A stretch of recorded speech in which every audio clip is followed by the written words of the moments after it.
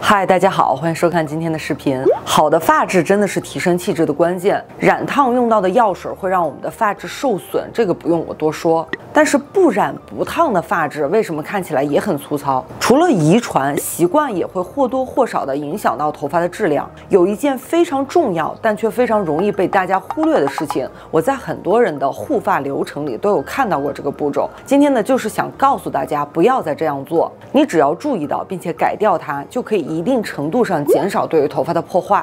到底是什么坏习惯呢？我先简单的带大家了解一下头发的构造，你自己就会有答案。头发丝儿的主要成分呢是角蛋白，它们会通过各种化学键连接在一起，这样头发才不会一拉就断，比较强韧。你可以把这些化学键想象成手牵手，有的牵得紧，像二流键，只有像理发店染烫时用到的药水才有可能把它们打开，还有一些呢牵得比较松，像轻键。这些弱的键呢，只需要来点水就能让它们打开。所以湿发的强度和韧性都是大大下降的，再加上头发丝儿会吸水膨胀，导致内部的应力改变，外侧的毛鳞片呢也会翘起，所以头发呢会更容易缠结在一起，不容易疏通。所以如果你在头发打湿的情况下梳头，头发会更容易拉断，也会更容易让发丝出现破损，即便当下没有断，之后呢也更容易断裂，外观上看呢也会比较暗淡粗糙。所以你会看到市面上有些梳子声称自己是干湿两用的，它们的梳齿间距呢往往会比较宽，而且材质光滑，跟头发之间的摩擦比较小。使用护发素也会有帮助，主要也是因为减少了摩擦。但是只要是梳头啊，它就难免会有一个外力拉扯，所以在湿发下梳头只有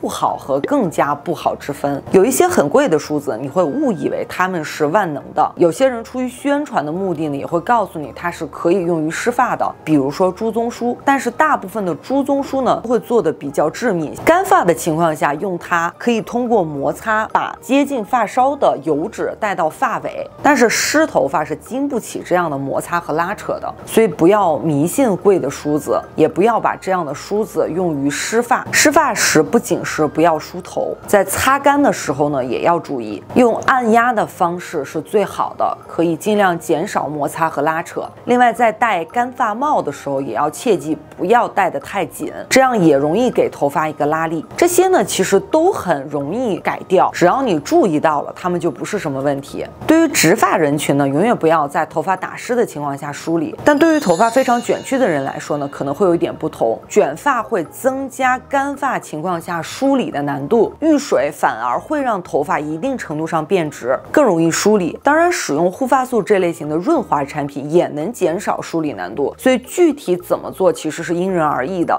咱们亚洲人的头发一般不会那么卷曲，你去理发店里边一般烫的这种比较大的波浪呢，它的护理应该还是更接近于直发的。湿发不仅对于拉扯的抵抗力变低，对热的抵抗力也变低了。干燥的头发可以短时间承受做造型时候的温度，这里指的不是理发店那种上药水的，而是你在家里边用一些卷发棒啊、直板夹。但对于湿头发，有时候甚至不到100度就会造成损伤，所以一定不要在湿发上使用直板夹和卷发棒。吹头发的时候呢，不要来回梳，而是用手轻轻拨动。如果你需要做造型呢，你可以把梳子固定在你需要的地方，而不是来回的梳造成拉扯。总之呢，就是想告诉大家，湿头发其实是更脆弱的，对它进行任何操作都要更加的小心。这可能跟很多人的观念是相反的。包括我在几年前呢，每次洗完头都会先用梳子梳一遍再去吹头发。如果你今天恰巧看到了这支视频，希望可以给你提供一些新的护发思路。不一定要用多么昂贵的产品，